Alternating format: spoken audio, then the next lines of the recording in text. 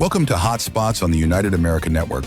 From the shifting landscapes of politics and culture to the urgent challenges facing our planet and our communities, this is where the conversations that matter most come alive. With her experience as a journalist, legislator, and activist, Kay Brown brings sharp insight, uplifting perspective, and unflinching courage to the issues shaping our future. Get ready for candid conversations, bold ideas, and the pushback our times demand. Now, here's Kay. Hello, and welcome to Hot Spots. So glad to have you here. Today, we are reflecting on transgender issues, the latest developments in the Trump administration's war on trans people. My guest, Laura Meeks, is a trans woman who transitioned after a military career as a B-52 bomber pilot, and we'll be discussing how things are going for trans people in the military. Welcome, Laura. Thank you. Good to be here. Great. Laura grew up in Minnesota in 1955. As a teen, flying became his passion, and he decided to pursue that career. He got his license at 18 and then joined ROTC in college to pursue an Air Force career. Forced to enter as a navigator, he pursued pilot training and after 6 long years was accepted. As Lawrence, he fulfilled a career as a B-52 bomber pilot and retired as a major. Along the way, he became aware that his misunderstood feelings were because he was transgender. After retirement, Lawrence transitioned to Laura and has lived full-time as a woman for the last 20 years. The joy of her life, Annie, stayed married to her through the transition, and together they wrote a book, Major Transitions, Loving Without Limits, and it's about their life together. Laura and Annie have 3 accepting children and 3 grandchildren and live in Rancho Mirage, California. I'm so pleased that you're here. And what was it like to go through a transition? It is surely a different scenario. It is one of those things that you, at least for me, it is one of those things, and this is probably common, where I grew up as a male. I grew up in a family of men. Mom was the only woman. I had 3 other brothers and my stepfather, so we were around men. I looked in the mirror. I thought I was a man, right? I was like, I'm with you guys. This is what we are. And then all of a sudden, when I was actually in Guam and married to Annie, Annie was my second marriage. I was with Annie. I was on a computer. Remember when computers came in? I was there for the beginning of a computer. I was in a chat room, and all of a sudden, this is the first time I'd ever chatted with anybody. So I'm watching the text come down the stream. These guys decide to go off into another room, and they started talking about they felt like they were the only 2 men on Earth that felt like they were different, that they felt like they were a woman inside. They started talking about gender. And now I have to tell you, I'm a male B-52 pilot on the island of Guam on my computer. Why I went into that room, I have no idea. Other than the universe guided me over there, because for me, that was a lightning strike. When I heard them talking, all of a sudden, it was just like, it was, to me, it was the puzzle piece. For my whole life, I knew I was different. I just figured everybody must feel like you're different, right? No one feels like they fit in. And so I just figured that was just part of life of being a guy, is that I had all these feelings around men and dating and how they were thinking totally different than me, but whatever, I guess that's it. All of a sudden, I have this peace and I realize, oh my God, I know what I am. I'm one of them. And that was a joy and a terror, because the joy was, oh my God, all these years, I was 31 or 32 when that happened. All of a sudden, 31 years of disconnected feeling came together. That was just like, hey, now I get it. I see why all that happened. The terror was, I'm in the military as a B-52 pilot. I can't tell this to anybody. Now, unusually, and we talk about it in the book, I think one of the funny things about the title of the book, Major Transition, that since I retired as a major, we thought it was funny that, hey, this is a major who made a transition. But it is, I think, in many ways a terrifying deal, because all of a sudden you realize how far out of the box you are. And as we go talk today, you'll see that in a world that likes a binary, then this idea that I'm all of a sudden realizing I'm outside of the binary, and realize too that I was married. I had been married to Annie for 2 years, and we were blessed the military. For those first 2 years that we were married, Annie was on the island of Okinawa, and I was on the island of Guam, 1,200 miles apart. That was togetherness in the Air Force. And so we had actually not even lived together when I made a phone call to her and said, "Hey, honey, I heard the weirdest thing the other day." So what's that? "I'm transgender." It was like, what is that? And that began a long 40 years. We'll have been married 40 years this year. So a long, interesting journey. Tell me about how you view what's going on in our country today with the Trump administration putting trans individuals on the point of the spear in this culture war, and really doing things in the military and in other arenas as well to discriminate against trans people. Yeah, let's just start with the banning of trans military members. I cannot tell you, and I think you'll hear this from a majority of military people. Being in the military, we take an oath to the Constitution. And one of the things that I really valued about being in the military is, believe it or not, the military was a very socially transformative experience. And I think most people that have been in the military will tell you the same thing. All of a sudden, I'm in an airplane and I am with a broad base of there are people that came from poverty. There are people that came from riches. There are people that are from all ethnicities and all backgrounds. And all together, we're on a mission to guard America. And so what you find is that what becomes important is not whether you're gay or straight, whether you're black or white, or whether you're Muslim or Christian. What is important is, in my case, boss, can you land the plane? I'm in this airplane with you. It would be nice if you could learn how to land this thing. So what's important becomes the job that we're trying to do. And in that process, then, we all learned to get together, to be together, to work together, to go past all those socioeconomic challenges. Truthfully, my first years in the Air Force, 78, 79, the major problem that they were trying to deal with socioeconomically within the military was, can we work with black people? Can black people do the work? And in hindsight, you're thinking, man, is that the stupidest thing I've ever heard? Of course they can do the job. But the same thing is true for trans people. I can't tell you, I didn't bring my notes with me, but there is one trans woman right now who is being processed out, or has been processed out of the military. She has 60 combat missions in Afghanistan. She is a test pilot at Edwards. She is a major in the air. I think she's a Navy pilot. And you're kicking her out. And here's another thing. In the military, when you to retire, it's an all or none situation. It's another one of those binary things. 19 years and 356 days, you retire with nothing. One more day later, you retire with benefits for life. So now you're kicking a lot of these trans people, you're kicking out highly experienced, highly credible, highly important people out of the military, losing all of that expertise. Why? Because some guy doesn't understand gender. What is gender? And we could talk for days about this, but for the audience, you need to understand gender is not sex. Humans have a biological sex. And you and I talked before a little bit about how different that is.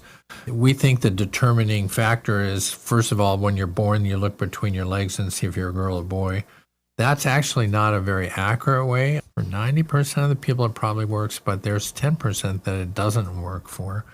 Then you think XY, oh, hey, we're in high school, we learn XY chromosomes. Hey, that's the determining factor. It's so much more complex than that because there's XXY and XY and XYY. There's a lot of variations to it. It's a very complex world.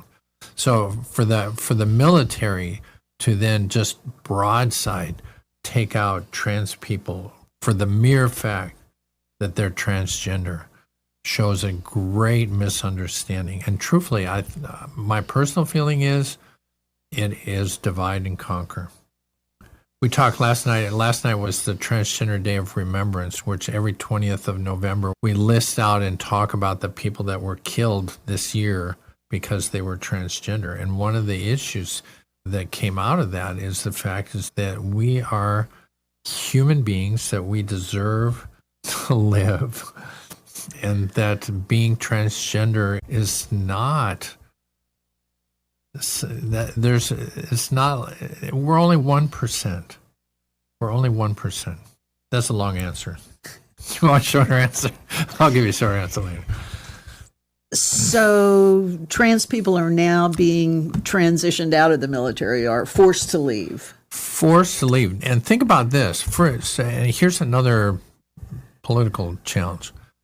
One of the ways that bullies get you to give up your lunch money is they tell you, I'm going to punch you unless you give up your lunch money. And then you give it up to them before they punch you.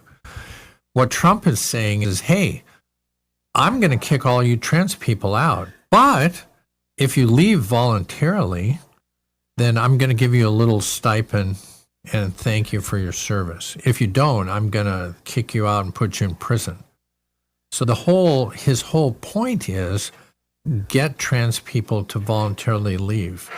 Now, I don't know if people understand the implication of that, but the implication of that is that if you leave the military at 15 years and you're looking for a retirement and you leave voluntarily, you have no recourse. Why?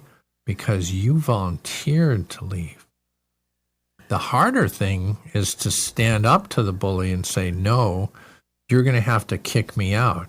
Now, in that case, he may kick you out. He may even put you in jail, but you still then have a justifiable legal recourse to sue, to take it to the Supreme Court and say, you kicked me out unconstitutionally. Now you have some power. But like all of this whole situation that you and I find ourselves in this country, the issue has to be, are you going to let them bully you? Are you going to comply? And standing up to bullies is an important part of the resistance, an important part of what we need to do to mobilize public support so that we can transition when we have an election to a better form of government than we're experiencing now, which is quite distressing on so many levels. But the Supreme Court recently had a decision in Trump v. Orr about what could be on passports and upholding, as I understand it, that there could only be male or female designation on passports. And that is different from how it has historically been before Trump changed it. And I'm just wondering about what you think about how important is it, designation on official papers, designation on passports. How does that affect people, trans individuals? Well, it has a huge impact. It can have a huge impact. And the huge impact comes from the very fact that there is within this world a resistance on their part to trans people. So there is I won't say a hatred, but there is a discomfort on a grand scale with transgender people. So the issue is, and this is really important to me personally because Andy and I are going to take a 114-day cruise around the Pacific Ocean and be in, I think, 62 different countries. Now, I'm going to have to take my passport there. Now, the issue is, why is it a big deal? Why don't you just, if you were born male, why can't you just put an M on that? Well, the issue is that what if I go to a country where being transgender is a jailable offense, and I show up at customs and I'm dressed as Laura, I look like Laura, and my passport says male, then they're either going to say I'm lying, thus I'm in jail, or I'm transgender, thus I'm in jail. Or it could alert people in that community to try and take me out because I'm transgender. One of the things that you're seeing, and I just saw it on the news this morning, is hate talk leads other people to take action. That's part of the challenge. So maybe the customs guy doesn't jail me, but maybe then I walk out into a cafe and somebody tries to shoot me because they know their brother's the customs guy, and he said, see that lady, she's trans, take her out. So that's always an issue as to being outed. Now, truthfully, I have to say, I have lived for 20 years as an out trans woman. I am not afraid to say that I'm a trans woman. I think for some people it's apparent. I'm 6'3". Some people recognize it right away. But I think the other half of that is that it's not to be feared. But yeah, passport is a huge issue. Now, one of the things that we talked about was the fact that originally he said he was going to cancel all passports that had an X. So my passport from the past regime, the past government, I was allowed to put an X on my passport. So that meant that for the last, 3 or 4 years, I've been traveling around, going to Mexico with a little X, and no one really cares. That's not really a big deal. Now, then he said, we're going to cancel those. I'm a month or two away from my trip. It's like, oh man, how am I going to be able to get a new passport? And during a government shutdown. Yeah, during my government shutdown. It's like, okay, even after the shutdown, are they going to be up in time for me to go, and will I have it? Then they said, oh, hey, it's no big deal. Those that have a passport with an X can keep them. That may or may not last. Annie and I are on kind of pins and needles wondering, hey, are we going to be able to go on this trip that we've been planning for 2 years and this is going to be our grand 40th anniversary celebration of marriage for 40 years, and are we going to be able to go with our passports? So yeah, huge issue. And a question to everybody is like, why does it matter? And it's a funny question because on one side, people say it's just male or female, and you were born male or female, why can't you just have that? Then why can't I just have an X? This is the basis of all great arguments. This is why can't you? Why can't I just have an X? That doesn't, then I'm just somebody. So thinking about trans youth and in schools today, are you familiar with how they are able to negotiate the situation and fit in this environment? The bathroom issue and all of that. Again, one of my first challenges with all of the trans issues is that we are 1% of the population. And so to focus all of America on 1%, we talk about trans women in female sports, huge issue. I would dare ask how many parents are actually facing that issue with their child. Because get this, in all of NCAA, so there was the swimmer, there was an NCAA swimmer, and that was where a lot of this came up with. How many trans athletes are there in the NCAA? How many? Take a guess. I have no idea. 10. There's 500,000 athletes. 10 of them are trans. How often do you think that the bathroom issue, the locker issue is going to be an issue? Now, I will go back and say this because this is important. The earlier question is, how hard was transition? One of the challenges that all trans people face is that when you're living a life that is unauthentic, that you are not the person that you appear to be. So me as Lawrence, the B-52 pilot, that's not an accurate view of who I am. And once I learned that I was transgender, for 10 years I stayed in the military, and Annie and I were the only people that knew. The problem is, and what people don't understand is, imagine if I said you had to wear a clown suit anytime you walked in public. Would that make you feel uncomfortable? Yes, it would make you feel, because I'm not the clown. I'm just wearing this clown outfit. It's like, you look like a clown, you must be a clown. That's the same thing that all trans people go through, is I'm walking through life as Lawrence, but that's not who I am inside. And I cannot tell you that through the process of transition and becoming Laura, I am a hugely happy, authentic, helpful, considerate, kind, peaceful, calm person, because I interact in the world as Laura. And to go to the youth, that what you're seeing is not a sudden increase in transgender people. What you're seeing is the door being cracked open just enough that these young people who feel like they're presenting as the wrong gender, are all of a sudden being able to present as their authentic self. With a real minority thing, most transgender people are hugely happier, hugely less suicidal, hugely more integrated into society as their authentic self. We're going to need to wrap it up here shortly. We're barely going to talk. I know. There's a lot we can talk about. There's so much. Violence against trans people is a huge concern. Huge concern. There's so many problems, and it's especially a tough time right now with this current administration. And it's clear we all live in troubling times, and turmoil continues on just about every front.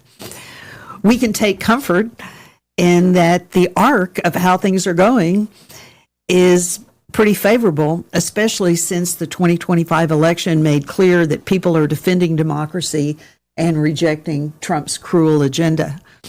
People showed up. Turnout was higher than expected. Democratic margins were large and convincing everywhere, even in the South. So much so that the MAGA folks didn't even try to run their narrative of fraud and a rigged election. Trump had been trying to set that up. That was going to happen. But when you have large margins, that just doesn't fly. So we, and I mean by we, Democrats, independents, Republicans who are fed up with the way their party's behaving, people of all parties, we are the majority. People who believe in the rule of law and want to defend democracy. And we have the momentum and the power to change course if we just persist and resist and don't give up. We're counting on you. Laura and I are counting on you to do your part, whatever you can do. And if we all do a little, it'll add up to a lot. So goodbye for now. And I hope you'll connect with us again on Hotspots next week. This is what democracy looks and sounds like. You've been listening to Hotspots with Kay Brown, where tough issues meet thoughtful conversation. Stay engaged, stay inspired, and join us again as we spotlight the struggles, solutions, and stories that fuel resilience and change. Until next time, keep your fire burning. Hotspots is a production of the United America Network and is available on most major podcast platforms, as well as from UnitedAmericaNetwork.com. This is what democracy sounds and looks like